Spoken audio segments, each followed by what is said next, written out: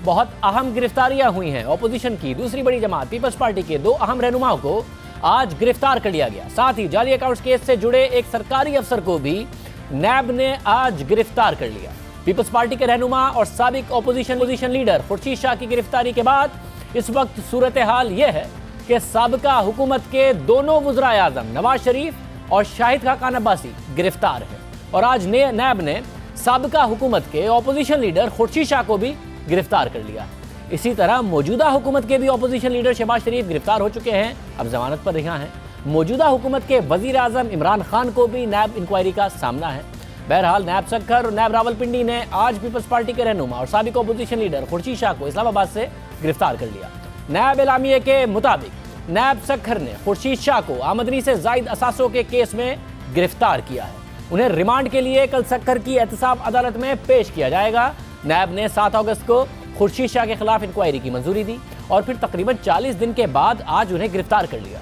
खुर्शीद शाह पर इल्जाम है कि उन्होंने अवामी ओहदा रखते हुए एक फलाही प्लॉट स्कूल बनाने के नाम पर अपनी बीवी और बच्चे के नाम पर मुंतकिल किया, फिर इस प्लॉट पर बड़ा घर तामीर किया। इस घर की तामीर के लिए पैसे उन्होंने अपने बेनामी इदारों से लिए। इसके अलावा इल्ज़ाम है कि खुर्शीद शाह के 2 होटल्स, पेट्रोल पंप्स और बंगले हैं, मगर उन्होंने ये जायदादें फ्रंटमैन और बेनामी दारों के नाम पर रखे हुए हैं। उससे पहले इल्ज़ाम के बेनामी दारों से पैसे लेने का भी है। नैब का दावा है कि इब्तिदाई तहकीकात में ये तमाम इल्ज़ाम साबित हुए, मज़ीद तफ्तीश की जाएगी। नैब सक्खर ने आज खुर्शीद शाह को तलब किया हुआ था मगर वो पेश नहीं हुए। उन्होंने जवाबी ख़त लिखा और आज पेशी से माजरत की और बताया कि कौमी असम्बली के इजलास के बाइस वो पेश नहीं हो सकते, मगर नैब ने उन्हें इस्लामाबाद जाकर गिरफ्तार कर लिया। इसी तरह आज नैब ने मज़ीद अहम गिरफ्तारियाँ की और ये गिरफ्तारियाँ जाली अकाउंट्स केस से जुड़ी हुई हैं। ज़राए के मुताबिक जाली अकाउंट्स केस में नैब ने आज DG पार्क्स कराची लियाकत अली खान को गिरफ्तार कर लिया। उन पर बतौर DG पार्क्स जाली ठेके देने का इल्ज़ाम है। ये बहुत अहम सरकारी अफसर हैं। इसके अलावा आज नैब ने पीपल्स पार्टी के रहनुमा और साबिक सेनेटर यूसुफ बलोच को भी गिरफ्तार कर लिया। उनसे ज़मीनों की अलॉटमेंट से मुताल्लिक इंक्वायरी जारी है। यूसुफ बलोच की गिरफ्तारी को भी जाली अकाउंट्स केस से जोड़ा जा रहा है। बहरहाल खुर्शीद शाह की गिरफ्तारी सबसे अहम है, मगर आमदनी से जायद असासों का केस पहली दफ़ा उन पर दायर नहीं किया गया। जियो न्यूज़ के नुमाइंदे एजाज सैयद का कहना है कि खुर्शीद शाह के खिलाफ नैब इससे पहले भी आमदनी से जायद असासों का केस बना चुकी है और फिर खुद ही बंद भी कर चुकी है। अहम बात यह है कि 2005 में नैब ने खुर्शीद शाह के खिलाफ तहकीकात का आगाज़ किया था। 2007 में नैब ने खुर्शीद शाह के खिलाफ बाकायदा रेफरेंस दायर करने की सिफारिश की थी, मगर इस मामले में पेशरफ नहीं हुई।